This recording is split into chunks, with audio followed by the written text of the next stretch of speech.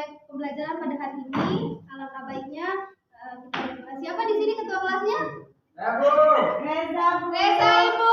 Reza, silakan Reza pimpin doa teman-temannya ya. Baik teman-teman, sebelum kita mulai pembelajaran, alangkah baiknya kita berdoa. Berdoa menurut keyakinan masing-masing. Mulai. Doa selesai. Amin. Baik, terima kasih ketua kelas yang sudah memimpin doa. Selanjutnya Ibu akan mengecek kehadiran kalian terlebih dahulu. Reza, hari ini siapa yang temannya yang tidak hadir? Masuk semua, Bu. Berapa jumlah siswanya? 35. 35 berarti hadir semua ya? Ya, Bu. Baik, di sini Ibu mau ngecek semangat kalian dulu. Kalau Ibu bilang hai, kalian jawab halo ya? Ya. Hai. Hai. Halo. Hai. Halo hai. Hai. Halo hai hai hai hai.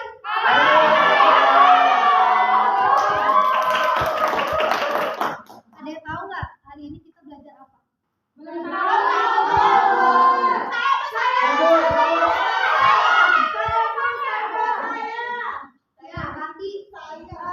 Pelajaran kita pada hari ini yaitu tentang kasus-kasus pelanggaran hak dan peninggalan kewajiban warga negara, Bu.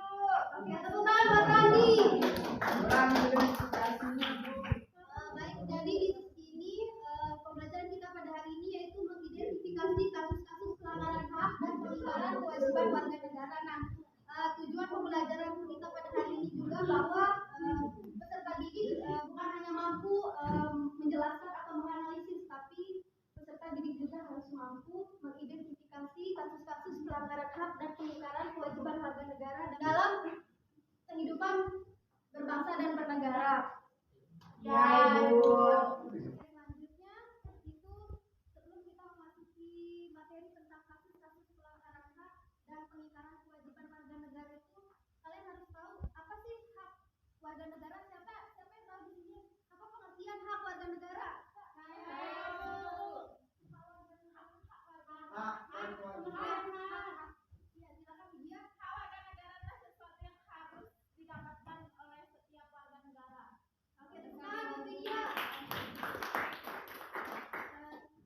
Selanjutnya, di sini Ibu jelaskan ya. Jadi hak warga negara adalah hak yang melekat pada diri manusia dalam kehidupannya sebagai anggota dari sebuah negara. Ada yang bisa mencontohkan? Enggak. Warga negara itu apa saja hak?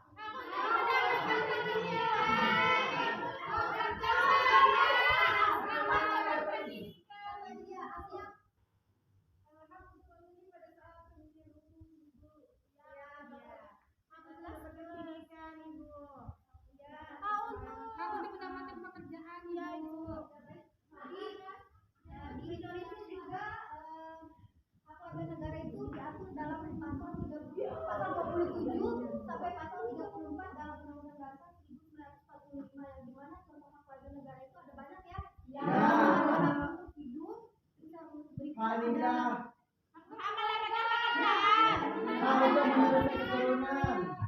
mendapatkan pendidikan seperti ini kita ada yang mendapatkan hak Indonesia Pintar atau ada hak beasiswa, dan juga ada hak untuk mendapatkan kesehatan. Nah, banyak juga kan di Indonesia ini banyak yang mendapatkan BPJS Kesehatan seperti biaya pengobatan gratis, ya, dan juga ada mendapatkan kartu Indonesia Sehat. Nah, selanjutnya ada siapa yang tahu kewajiban warga negara? Ya, kami. Kewajiban warga negara dapat diartikan sebagai tindakan atau perbuatan yang wajib dilakukan oleh seorang warga negara, Sebagaimana diatur dalam ketentuan peraturan perundang-undangan yang berlaku, Ibu. Oke, tepuk tangan buat Tami. Oke, baik, di sini Ibu jelaskan ya bahwa kewajiban warga negara dapat diartikan sebagai tindakan atau perbuatan yang wajib dilakukan oleh seorang warga negara sebagaimana diatur dalam peraturan perundang-undangan yang berlaku. Jadi, ada yang tahu contoh kewajiban warga negara di Indonesia ini? Ada yang tahu? Kewajiban membayar pajak, Ibu. Ya, Sumi. Ya, Ibu wajib membayar pajak, salah satunya Ibu contoh kewajiban. kewajiban warga negara. Jadi sedikit Ibu menambahkan ya bahwa contoh kewajiban warga negara itu banyak ya. Seperti yang sudah Mei tadi jelaskan, wajib membayar pajak, wajib membayar listrik juga wajib sebagai warga negara Indonesia. Ya, terus wajib ikut serta dalam pertahanan dan pembelaan negara. Oke, selanjutnya ada kasus pelanggaran hak warga negara. Ada yang tahu apa sih pelanggaran hak warga negara itu? Saya Bu. Saya. Ya, Bu. Pelanggaran hak warga negara terjadi ketika warga negara tidak dapat menikmati atau memperoleh haknya sebagaimana mestinya yang ditetapkan oleh undang-undang. Di mana pelanggaran hak warga negara merupakan akibat dari adanya kelalaian atau pengingkaran terhadap kewajiban baik yang dilakukan oleh pemerintah maupun oleh masyarakat itu sendiri, Bu. Oke, baik, terima kasih. Tepuk tangan buat Rati. Oke, jadi di sini pelanggaran hak adalah merupakan akibat dari adanya kelalaian pengingkaran terhadap kewajiban. Nah, bukan hanya kelalaian pemerintah saja, tetapi kelalaian juga dari masyarakat itu sendiri. Selanjutnya ada contoh kasus pelanggaran hak. Ini ada yang tahu gambar apa? Ada. Iya, Patria. Itu kan gambar perbandingan pemenuhan hak oleh negara. Nah, jadi di situ itu ada anak yang memang sudah mendapatkan hak, di mana dia berhak untuk melakukan sekolah. Nah, sedangkan anak yang di sebelahnya itu, di situ dia tidak dapat pemenuhan haknya dia itu untuk sekolah. Jadi di situ itu gambarnya tidak mendapatkan pendidikan. Ada yang lain yang bisa memberikan contoh? Yang Nur Hidayat. Kalau sepemahaman saya dari gambar itu sih anak terlantar gitu. Ya, Ibu. Satunya sekolah, satunya tidak sekolah. Ya, lebih. Jadi contoh kasus pelanggaran hak ini adalah anak jalanan ya, atau ya anak jalanan yang dimana anak jalanan ini merupakan golongan warga negara Indonesia yang kurang beruntung ya, karena tidak bisa menikmati haknya secara utuh. Jadi kondisi yang mereka alami ini salah satunya disebabkan terjadinya pelanggaran hak mereka sebagai warga negara. Nah, misalnya pelanggaran terhadap hak mereka untuk mendapatkan pendidikan sehingga mereka menjadi putus sekolah dan akibatnya mereka menjadi anak jalanan. Dan yang selanjutnya ada pelanggaran hak negara, bisa kita lihat dari kondisi yang saat ini terjadi, misalnya sebagai berikut. Siapa yang tahu di sini? Saya. Saya Ibu. Ya, Nur Asia. Yang pertama. Yang pertama itu tingkat kemiskinan dan angka pengangguran di negara Indonesia masih cukup tinggi, Bu. Ya, baik. Tepuk tangan buat Asia. Yang kedua Nur Fadila, silakan. Makin banyaknya kasus pelanggaran hak asasi manusia seperti pembunuhan, pemerkosaan, kekerasan dalam rumah tangga dan sebagainya. Betul. Ini selanjutnya yang ketiga siapa? Yang Rizkyati. Yang ketiga pelanggaran hak cipta, misalnya peredaran VCD atau DVD bajakan, perilaku plagiat dalam membuat sebuah karya dan sebagainya. Pelanggaran hak cipta. Ini, Bu. Yang ini Ramadhani. Yang terakhir itu ada proses penegakan hukum masih belum optimal dilakukan. Misalnya masih terjadi kasus salah tangkap, terus perbedaan perlakuan oknum aparat penegak hukum terhadap para pelanggar hukum dengan dasar kekayaan atau jabatan masih terjadi dan sebagainya. Ibu. Ya, baik, terima kasih Nur Wahyunisi. Selanjutnya ada pengingkaran kewajiban warga negara, yang dimana pengingkaran kewajiban warga negara adalah pola tindakan warga negara yang tidak melaksanakan kewajiban sebagaimana memiliki kewajibannya sendiri sebagai warga negara yang sesuai dengan ketentuan yang berlaku. Nah, selanjutnya ingin ke kamar mandi. Ya, silakan. Nah, selanjutnya pada kenyataannya saat ini banyak terjadi pengingkaran terhadap kewajiban warga negara. Dengan kata lain, warga negara banyak yang tidak melaksanakan kewajibannya sebagaimana yang telah ditetapkan oleh undang-undang. Disebabkan oleh tingginya sikap egoisme yang dimiliki oleh setiap warga negara, sehingga yang ada di pikirannya hanya sebatas bagaimana cara mendapatkan haknya, sementara yang menjadi kewajibannya itu dilupakan. Oke, selanjutnya ada bentuk-bentuk pengingkaran kewajiban warga negara itu. Ada yang tahu ini gambar apa? Ini gambar apa? Buang sampah.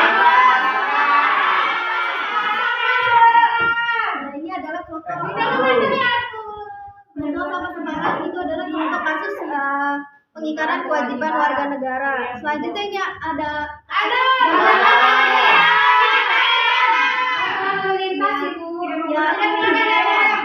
contoh kedua itu ada Tidak pakai WP. tidak menggunakan helmnya, itu adalah melanggar lalu lintas. Nah, selanjutnya ada yang ketiga, ini apa? Vandalisme. Vandalisme. Ya, makanya vandalisme namanya.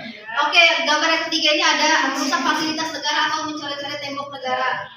Nah, selanjutnya kan minggu lalu ibu sudah membagikan kalian kelompok menjadi 3 kelompok ya, masing-masing kelompok itu beranggotakan 6 orang. Jadi kelompok yang pertama itu mencari upaya pemerintah dalam penanganan kasus pelanggaran hak dan pengingkaran kewajiban warga negara. Yang kedua ada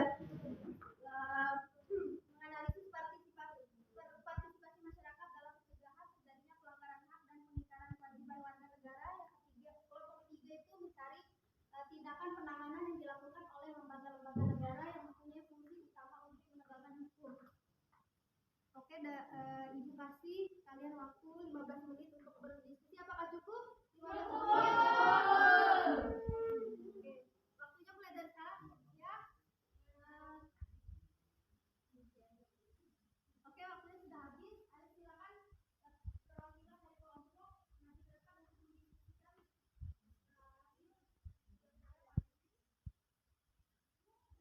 Ayo Nia.